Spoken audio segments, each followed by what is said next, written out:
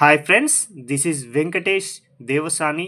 త్వరలో జరగబోయేటువంటి APSC group 2 mains ఎగ్జామ్లో చాలా ఇంపార్టెంట్ ఉన్నటువంటి సబ్జెక్ట్ అండి ఎకానమీలో మనకు స్టాటిక్ ఎకానమీ ఎంతైతే ఇంపార్టెంటో అంతకన్నా కూడా కరెంట్ ఎకానమీ పైన ఎగ్జామినర్ ఫోకస్ పెట్టి ప్రశ్నలు అడగడానికి అవకాశం అనేది ఉండడం జరిగింది. కాబట్టి ఇటీవల కాలంలో వార్తల్లో నిలిచినటువంటి ఎకానమీ అంశాలను మీ ముందుకైతే మొదటి పార్ట్ రూపంలో తీసుకురావడం జరుగుతుంది.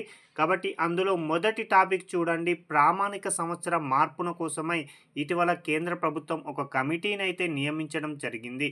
అసలు ప్రామాణిక సంవత్సరం ప్రస్తుతం ఏ సంవత్సరాన్ని ఆధారంగా చేసుకొని మనం దేశ జీడిపిని లెక్కిస్తున్నాం, దీనిని ఏ సంవత్సరానికి మార్పు చేయబోతున్నారు, ఎవరి నేతృత్వంలో కమిటీని నియమించింది అనేది చాలా ఇంపార్టెంట్ అండి. కాబట్టి చూడండి, మనం నేషనల్ అకౌంట్స్ లేదా దేశ జీడిపిని లెక్కించేందుకోసమై ప్రస్తుతం అనుసరిస్తున్నటువంటి ప్రామాణిక సంవత్సరం ఏంటి అంటే 2011-12. ఈ యొక్క 2011-12 ప్రామాణిక సంవత్సరాన్ని ఆధారంగా చేసుకునే మనం దేశ జీడిపిని అయినా లేదా నేషనల్ అకౌంట్స్ని అయినా లెక్క కట్టడం జరుగుతుంది. అయితే దీనిని మార్పు చేయాలని కేంద్రం ఇటీవల భావించడం జరిగింది. కాబట్టి 2011-12 బేస్ ఇయర్ నుంచి 2022-23కు మార్చాలని నిర్ణయించినట్లు 2024 డిసెంబర్ 2వ తేదీన ఈ యొక్క అంశాన్ని రాజ్యసభలో కేంద్ర గణాంకాలు కార్యక్రమ అమలు శాఖ యొక్క సహాయ మంత్రి అయినటువంటి రావ్ ఇంద్రజిత్ సింగ్ అనేటువంటి కేంద్ర మంత్రి ప్రకటనలో పేర్కొనడం జరిగింది. కాబట్టి గుర్తుంచుకోండి, ప్రస్తుతం మనం అనుసరిస్తున్నటువంటి ప్రామాణిక సంవత్సరం లేదా బేస్ ఇయర్ అనేది 2011-12 ఉంటే దానిని 2022-23కు మార్పు చేస్తున్నట్లుగా ఇటీవల రాజ్యసభలో కేంద్ర మంత్రి అయితే ప్రకటించడం జరిగింది.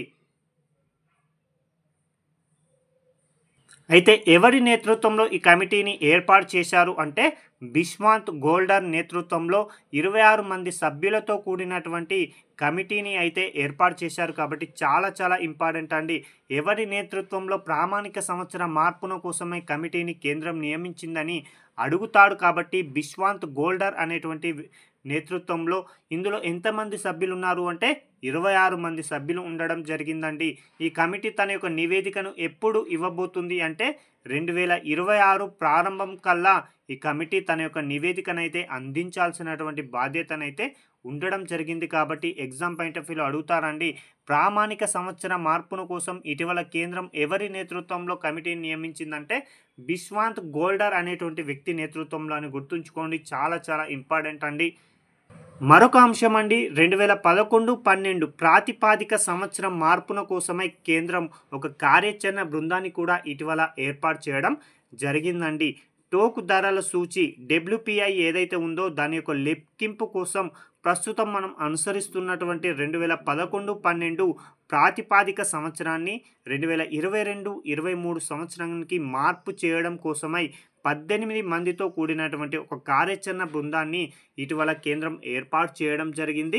ఈ యొక్క కార్యాచరణ బృందానికి ఎవరు చైర్మన్గా వ్యవహరిస్తున్నారనేది చాలా ఇంపార్టెంట్. కాబట్టి ఎవరు ఈ యొక్క కార్యాచరణ బృందానికి చైర్మన్గా ఉన్నారంటే నీతి ఆయోగ్ సభ్యుడైనటువంటి రమేష్ చాంద్ అనేటువంటి వ్యక్తి ఈ యొక్క కార్యాచరణ బృందానికి అయితే చైర్మన్గా వ్యవహరించడం జరిగింది. కాబట్టి చాలా ఇంపార్టెంట్. ఇక మరొక అంశం అండి, ఇటీవల కాలంలో 55వ GST కౌన్సిల్ సమావేశం అనేది నిర్వహించడం జరిగింది. కాబట్టి ఆ యొక్క నెంబర్ పైన కూడా ఎగ్జామినర్ ప్రశ్న అడగడానికి అవకాశం ఉందండి. 2024 డిసెంబర్ 21వ తేదీన ఎన్నవ GST సమావేశాన్ని నిర్వహించడం జరిగిందని డైరెక్ట్ ప్రశ్న అడగడానికి అవకాశం ఉంది. కాబట్టి 55వ GST కౌన్సిల్ సమావేశం అని గుర్తుంచుకోండి. అయితే 55వ GST కౌన్సిల్ సమావేశం 2024 డిసెంబర్ 21వ తేదీన రాజస్థాన్ రాష్ట్రంలో ఉన్నటువంటి జైసల్మీర్లో ఈ యొక్క సమావేశం అయితే నిర్వహించడం జరిగింది. ఈ యొక్క సమావేశానికి అధ్యక్షత బాధ్యతలను ఎవరు నిర్వర్తించారు అంటే కేంద్ర ఆర్థిక శాఖ మంత్రివర్యులైనటువంటి నిర్మలా సీతారామన్ గారి యొక్క నేతృత్వంలో ఈ యొక్క 55వ GST కౌన్సిల్ సమావేశం రాజస్థాన్లో నిర్వహించడం జరిగింది. అయితే ఈ సమావేశంలో తీసుకున్న ముఖ్యమైనటువంటి నిర్ణయాలు ఏంటి అంటే GST ఎగవేతలు ఏవైతే ఉంటాయో ఆ యొక్క GST ఎగవేతల్ని అరికట్టడం కోసమై ట్రాక్ అండ్ ట్రేస్ మెకానిజం అమలు చేసేటువంటి ప్రతిపాదనను కౌన్సిల్ అయితే ఆమోదించడం జరిగిందండి. ఇటీవల కాలంలో చాలామంది కూడా జీఎస్టీని ఎగవేయడం జరుగుతుంది. అలాంటి జీఎస్టీ ఎగవేతదారులను అరికట్టాలనే ఉద్దేశంతోటి ట్రాక్ అండ్ ట్రేస్ మెకానిజంని ఇటీవల కేంద్ర యొక్క జీఎస్టీ కౌన్సిల్ ఆమోదించడం జరిగింది. మరొక కీలకమైన నిర్ణయం ఏంటి అంటే ప్రస్తుతం బలవర్ధమైనటువంటి ఫోర్టిఫైడ్ బియ్యం పైన 18% ఉన్నటువంటి జీఎస్టీని 5% తగ్గిస్తూ నిర్ణయం తీసుకోవడం జరిగింది. కాబట్టి ఇది కూడా అడుగుతాడండి. ఎలా ప్రశ్న అడుగుతారంటే 2024 డిసెంబర్లో నిర్వహించిన 55వ జీఎస్టీ కౌన్సిల్ సమావేశంలో ఫోర్టిఫైడ్ బియ్యంపై ఉన్నటువంటి జీఎస్టీ రేటుని ఎంత నుంచి ఎంతకు తగ్గించారని అడగడానికి అవకాశం ఉంది. కాబట్టి 18% నుంచి 5% తగ్గిస్తూ నిర్ణయం తీసుకోవడం జరిగింది. ఇక మరొక ఇంపార్టెంట్ టాపిక్ అండి, మనకి మహారత్న కంపెనీల పైన తరచుగా నవరత్న కంపెనీల పైన తాజాగా ప్రశ్నలు అయితే అడుగుతున్నాడండి. ప్రస్తుతం ఇవి ఎన్ని ఉన్నాయని కూడా ఎగ్జామినర్ అడగడానికి అవకాశం ఉంది. లేదా ఇటీవల నూతనంగా చేర్చబడిన కంపెనీలేవి, అదేవిధంగా మహారత్న కంపెనీలలో ఉన్న వాటిని గుర్తించండి, లేని వాటిని గుర్తించండి అని కూడా అడుగుతాడు. కాబట్టి ఈ యొక్క టాపిక్ను తప్పనిసరిగా చదువుకొని వెళ్ళండి, ప్రశ్న అడగడానికి అవకాశం ఉందండి. 2024 అక్టోబర్ 12వ తేదీ నాటికి అండి, చాలా ఇంపార్టెంట్. 2024 అక్టోబర్ 12వ తేదీ నాటికి మన భారతదేశంలో ఉన్నటువంటి మహారత్న కంపెనీల సంఖ్య వచ్చేసి 14 అండి. ఎన్ని ఉన్నాయి ప్రస్తుతం భారతదేశంలో మహారత్న హోదా పొందిన కంపెనీల సంఖ్య అంటే 14 ఉండడం జరిగాయి. అయితే చిట్ట చివరగా అంటే 2024 అక్టోబర్ 12వ తేదీన మహారత్న హోదా పొందినటువంటి కంపెనీ వచ్చేసి హెచ్ఏఎల్, హాల్ అని గుర్తుంచుకోండి. హాల్ యొక్క అబ్రివేషన్ హిందుస్థాన్ ఏరోనాటిక్స్ లిమిటెడ్ అండి. ఇది గతంలో నవరత్న కంపెనీ హోదా పొందగా తాజాగా మహారత్న హోదాను పొందడం జరిగింది. అయితే ఈ యొక్క హాల్ అనేది ఏ కేంద్ర మంత్రిత్వ శాఖ ఆధీనంలో ఉంది అంటే కేంద్ర రక్షణ మంత్రిత్వ శాఖ ఆధీనంలో ఉండడం జరిగిందండి. అయితే చిట్ట చివరగా మహారత్న హోదా పొందిన కంపెనీలను వరుస క్రమంలో అమర్చండి కూడా అడగడానికి అవకాశం ఉంది. కాబట్టి 2021లో పిఎఫ్సి అండి, పవర్ ఫినాన్స్ కార్పొరేషన్ లిమిటెడ్, 2022లో REC, rural electrification corporation limited, 2023లో ఆయిల్ ఇండియా లిమిటెడ్, 2024లో హిందుస్థాన్ ఏరోనాటిక్స్ లిమిటెడ్ అనేవి మహారత్న హోదానైతే చిట్ట చివరి 4 సంవత్సరాలలో పొందడం జరిగింది. వీటిని సరైన క్రమంలో అమర్చండి అని కూడా అడుగుతాడు. కాబట్టి గుర్తుంచుకోండి, ప్రస్తుతం మన దేశంలో 2024 అక్టోబర్ నాటికి మహారత్న హోదా పొందిన కంపెనీల సంఖ్య 14 అని గుర్తుంచుకుంటే సరిపోతుంది. ఇక నవరత్న కంపెనీలు అనేవి ఇటీవల కాలంలో 4కి నవరత్న హోదా కంపెనీలు అయితే కల్పించడం జరిగాయి. వాటిలో ఉన్న వాటిని గుర్తించండి, లేని వాటిని గుర్తించండి. ప్రస్తుతం భారతదేశంలో ఎన్ని నవరత్న హోదా పొందిన కంపెనీలు ఉన్నాయని కూడా అడుగుతాడండి. కాబట్టి ఇటీవల ఆర్థిక మంత్రి 4 ప్రభుత్వ రంగ సంస్థలకు నవరత్న హోదానైతే ప్రకటించడం జరిగింది. దీంతో ప్రస్తుతం భారతదేశంలో నవరత్న కంపెనీల సంఖ్య వచ్చేసి 24 అండి. గతంలో 25 నవరత్న కంపెనీలు ఉండగా తాజాగా ఇందులో నుంచి, ఈ జాబితా నుంచి హాల్ అనేటువంటి కంపెనీకి మహారత్న అనేది లభించడంతో వీటి సంఖ్య అనేది 24కి తగ్గడం జరిగింది అనే అంశాన్ని గుర్తుంచుకోండి. దీంతో ప్రస్తుతం భారతదేశంలో నవరత్న కంపెనీల సంఖ్య 24 అండి. అందులో ఒకటి వచ్చేసి ఇటీవల గుర్తింపు పొందినటువంటి 4 ప్రభుత్వ రంగ సంస్థలు చూడండి. ఎన్హెచ్పిసి అండి, national hydraulic power corporation, Sutlej జల విద్యుత్ నిగమ్ లిమిటెడ్, అదేవిధంగా solar energy corporation of India, అదేవిధంగా రైల్టెల్ కార్పొరేషన్ ఆఫ్ ఇండియా. ఇటీవల కాలంలో ఈ 4కి కూడా నవరత్న హోదా అనేది లభించింది. కాబట్టి గుర్తుంచుకోండి, చాలా ఇంపార్టెంట్.